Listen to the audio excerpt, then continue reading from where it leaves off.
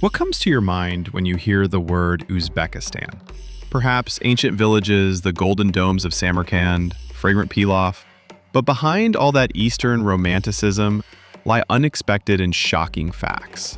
How about stories of marriages between relatives, which are still common in rural areas? In Uzbekistan, many relatives marry each other. People like us are born disabled. Or how one presidential family monopolized the country's resources when most people were barely scraping by. Xalqimiz taqdiriga oid har bir ishda, hamma joyda. All this unfolds against the legacy of the late dictator Islam Karimov, whose name was often mentioned among the bloodiest regimes in modern history.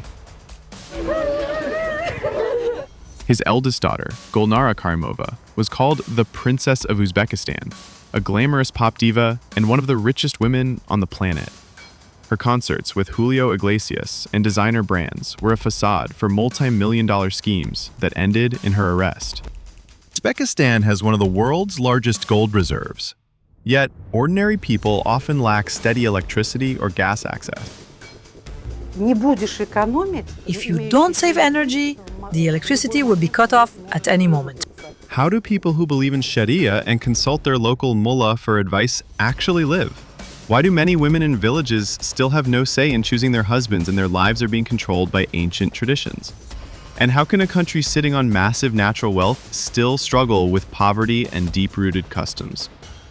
So let's talk about Uzbekistan, about life and suffering and the dark side official propaganda tries to hide.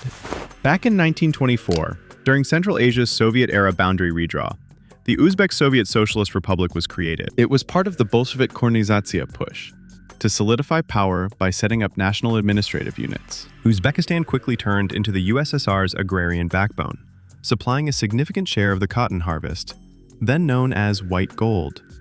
But behind that success was a much harsher reality: exploitation, forced labor, and the environmental atrocity of the Aral Sea drying up. The republic's economy was entirely under central planning.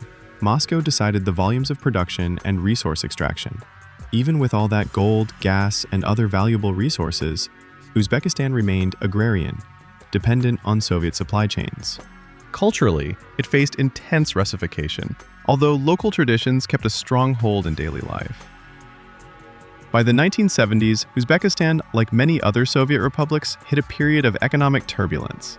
Nationalist groups began to emerge, advocating for national revival and the restoration of cultural traditions, like the Irk Party founded in 1990, which demanded more autonomy for Uzbekistan. However, this didn't necessarily imply a desire for full separation from the USSR. Most Uzbeks at the time could not envision their future outside the Soviet Union. This paradox is explained by the fact that people wanted change, but not if it meant losing the stability the USSR seemed to offer. However, after the failed coup in August 1991, it became clear that the USSR was nearing its end. On August 31st, Uzbekistan declared independence. In the official Karimovs speech, this decision was framed as a necessary step to keep stability. Still, public mood remained mixed. Independence brought freedom, but the old economic system collapsed. Many enterprises that depended on union-based supply chains and exports shut down. People faced unemployment and disruptions in electricity and gas supply. Despite these hardships, Karimov swiftly consolidated his power, presenting himself as the guarantor of stability and national unity. He exploited fear of chaos and radical Islamists to justify harsh repression against the opposition. State propaganda convinced people that only a strong hand could ensure order in the country. Thus, Uzbekistan's declaration of independence marked not only the beginning of a new era, but also a period of deep societal transformation. For Karimov, it was a chance to become an absolute ruler. For ordinary Uzbeks, it was the start of a decades-long trial. Islam Karimov, the first president of independent Uzbekistan, ruled for 26 years, until his death in 2016. His regime was often described as one of the harshest in the world. He repeatedly reset his presidential terms via referendums and won elections with staggering results, claiming 90% support. Officially, he had overwhelming public support, but in reality, elections were purely symbolic. Real opposition didn't exist. Critics of Karimov were jailed, were forced into exile. With the rise of the internet, independent media and social sites were blocked. Any form of criticism was harshly suppressed under the pretext of fighting Islamic extremism. One of the darkest chapters of Karimov's rule was the Andijan massacre. Like many other regions, Andijan suffered from economic hardship, unemployment, meager salaries, and forced cotton farming. Corruption was rampant. Citizens had to pay bribes for nearly every document or service. Small entrepreneurs were particularly affected, finding every path to growth blocked. The situation exploded after the arrest of a group of local entrepreneurs accused of religious extremism and financing terrorism. But most locals saw these charges as fabricated. Suspects were well known in the community for helping others and creating jobs. Their arrests sparked outrage and mass protests erupted. Thousands of people took to the streets, demanding the release of the entrepreneurs and improvements in living conditions. Protesters filled Andichan's central square. They were soon joined by citizens disillusioned with repression and social injustice. But the authorities had no intention of listening. President Islam Karimov declared that it was an Islamist coup attempt. Мы практически всех уже пофамильно знаем. We know almost all of them by name, and they are part of Hizb ut-Tahrir, which in Andijan is called Akramitis. Their primary objective is to overthrow the current government. The military surrounded the square and opened fire. According to official figures, 187 people were killed. However, human rights organizations claim the number was much higher. Among the victims were women, children, and innocent bystanders who simply happened to be in the wrong place at the wrong time. The tragedy triggered global outrage. Western countries called for an independent investigation, but Karimov rejected all appeals, blaming foreign agents and Islamists for organizing the protests. This incident marked a turning point in Uzbekistan's international relations. The US and EU countries imposed strict sanctions on Karimov's regime. Foreign investors began pulling out, unwilling to operate under a regime of total control and corruption.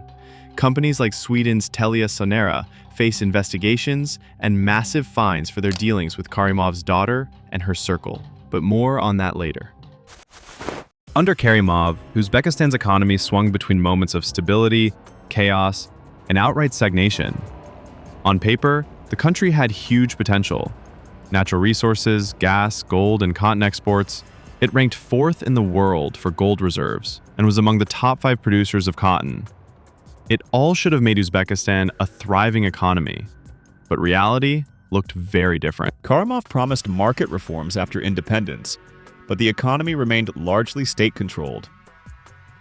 Key sectors were monopolized by powerful clans close to the regime. The cotton industry was practically a state-run monopoly. Child labor in cotton fields caused international scandals. Officially, Karimov claimed to fight corruption, but in practice, corruption became the very backbone of the system. Imagine having to bribe officials at every step just to open a small business. Corruption ran so deep that investors were afraid to enter the market, knowing that large chunks of their money would simply vanish into bureaucrats' pockets. Although Karimov paid lip service to, quote, protecting the interests of the people, his policies in fact restricted access to modern technologies and innovation. Karimov's personality cult was a strange mix of traditional Eastern authoritarianism, Soviet legacy, and modern propaganda. His portraits adorned schools, universities, and government buildings. His writings were required reading in education. Academic papers had to cite his works. A new art style emerged, Karimov-style socialist realism, featuring the president pictured among farmers or government officials. To elevate the image of Uzbekistan, the regime turned the medieval conqueror Tamerlane into a national symbol. Statues of Soviet leaders were replaced by Tamerlane monuments. Streets and plazas were renamed in his honor. Samarkand became the official heart of Uzbek national pride. Men ham siz tarbiyalayotgan millionlab o'zbek yoshlaridan biriman.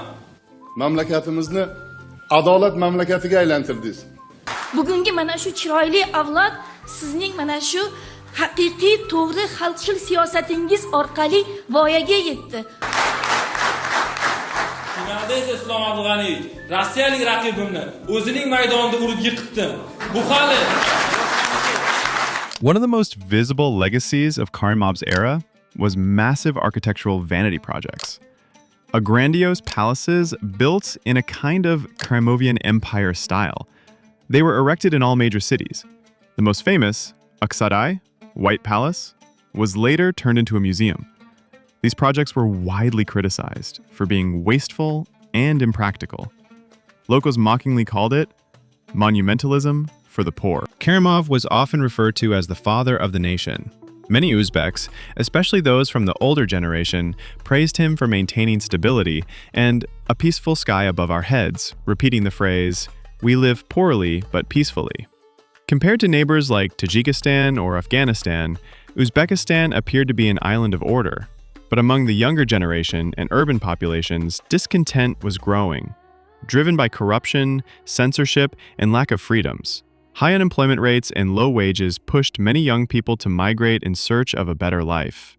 After Karimov's death, everything began to shift. The phrase, "we live poorly but peacefully," became a bitter joke, the ironic motto of an entire era. People started speaking openly about corruption. Still, some remembered Karimov with nostalgia, as a leader who held the country together, even with an iron fist.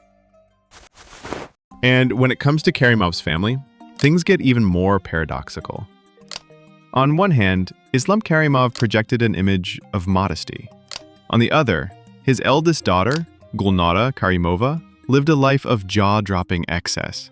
She was one of the most influential and scandalous women in Uzbekistan.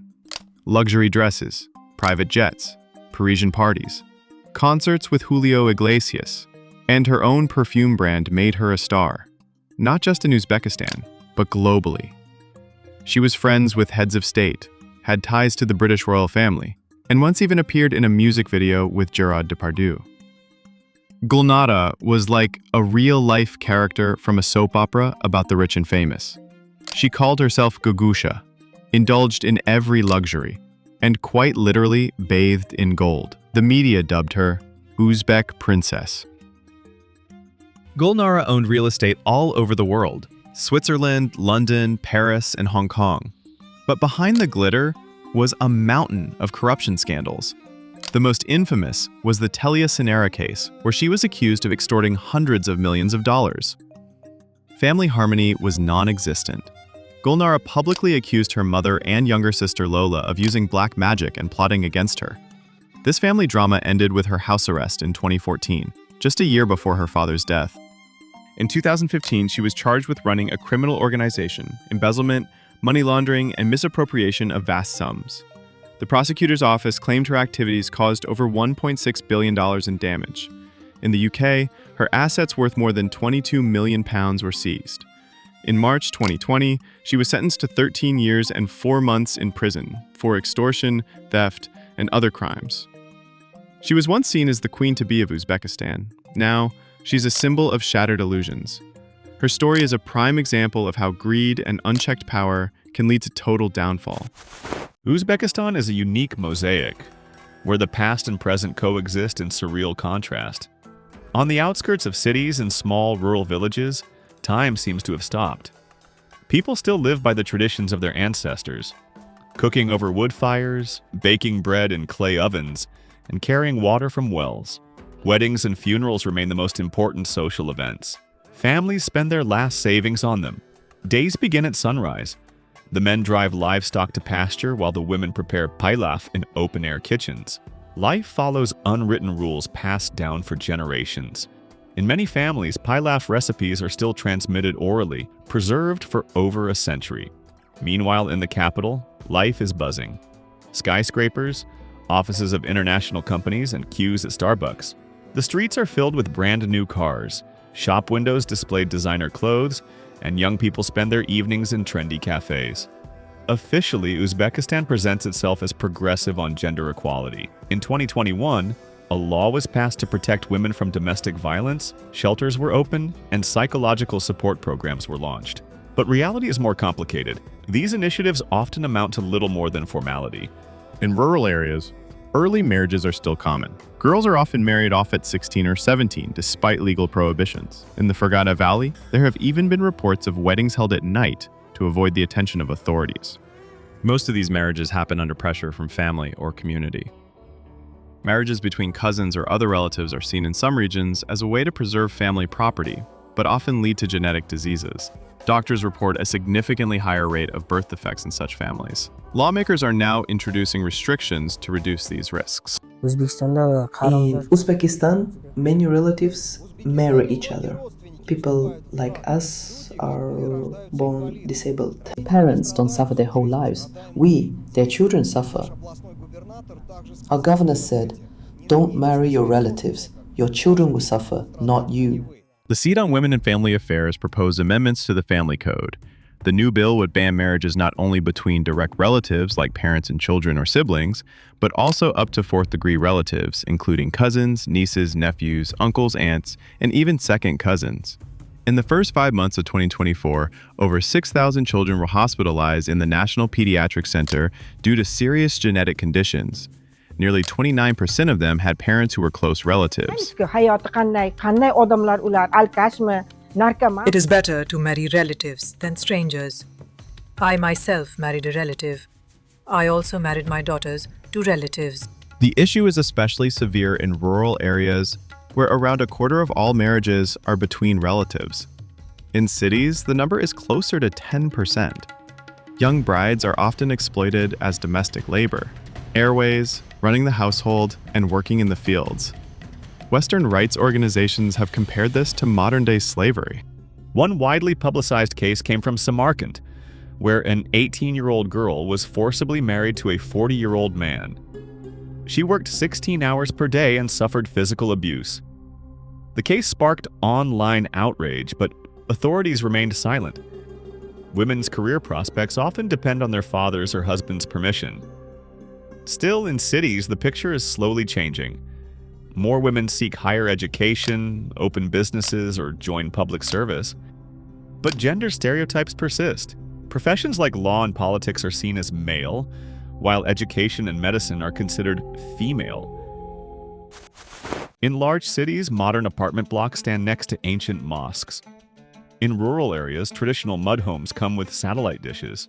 Uzbekistan's religious landscape is shifting. Young people increasingly treat faith as a personal choice, not a social obligation, and new ideas are blurring the lines between tradition and modernity. After Karimov's death, Uzbekistan appeared to be on a new path. President Shavkat Mirziyoyev promised reforms, modernization, and a better life for citizens. But what do those promises look like in practice? Did you know Uzbekistan is one of the world's top labor exporters? Around 2 million Uzbeks currently work in Russia. In 2016, the number peaked at 6 million. Labor migration isn't just an economic necessity. It's practically a life ritual. Get married, leave your family, earn money, and return to build a house or start a business.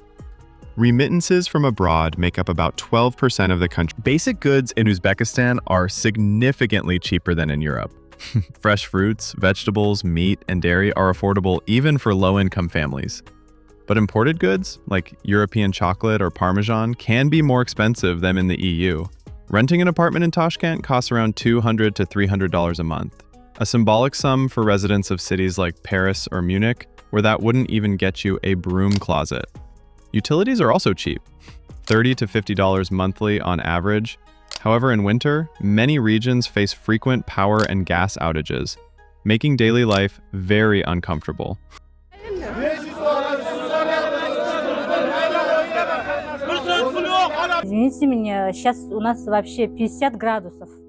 It's 50 degrees outside right now. Here are our meters. We're over our limit. I don't turn on the refrigerator or air conditioner. Public transport is very affordable. A metro ride costs only 15 cents compared to over $4 in London.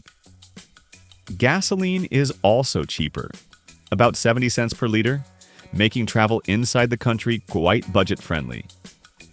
The average monthly salary in Uzbekistan is around $200 to $250, much lower than in Europe, though living costs are also much lower. Still, many families are forced to rely on remittances from relatives working abroad. Mirziyoyev announced sweeping reforms, economic liberalization, modern transport networks, new private enterprises, and massive infrastructure projects. But there's a catch. In the regions, those reforms are barely noticeable. Corruption remains a major issue. Despite repeated promises, Uzbekistan has seen multiple high-profile scandals. The old corruption schemes didn't disappear. They simply changed shape and continued under a new political brand. A national development fund, supposedly created to boost the economy, became a symbol of opacity. It's managed by people close to the president, and millions of public dollars are laundered through it. Infrastructure projects are built, but at prices that would make even Gulf monarchs blush. There's even a secret presidential residence in Tashkent that costs millions of dollars. Nobody knows where the money came from, but one thing's for sure, it wasn't from the elite. Agriculture, especially cotton, remains one of Uzbekistan's key export industries. Yet farmers receive only scraps, while most profits go to officials and well-connected insiders. One of the most striking aspects is the family business. President Mirziyoyev's brother, Ologbeg, is expanding into lucrative sectors like construction and energy. In Uzbekistan, family always comes first, but society is no longer silent. Activists and independent journalists are beginning to raise uncomfortable questions. Yet criticism is quickly silenced. Articles disappear and social media is blocked. Still, the public appetite for change is only growing.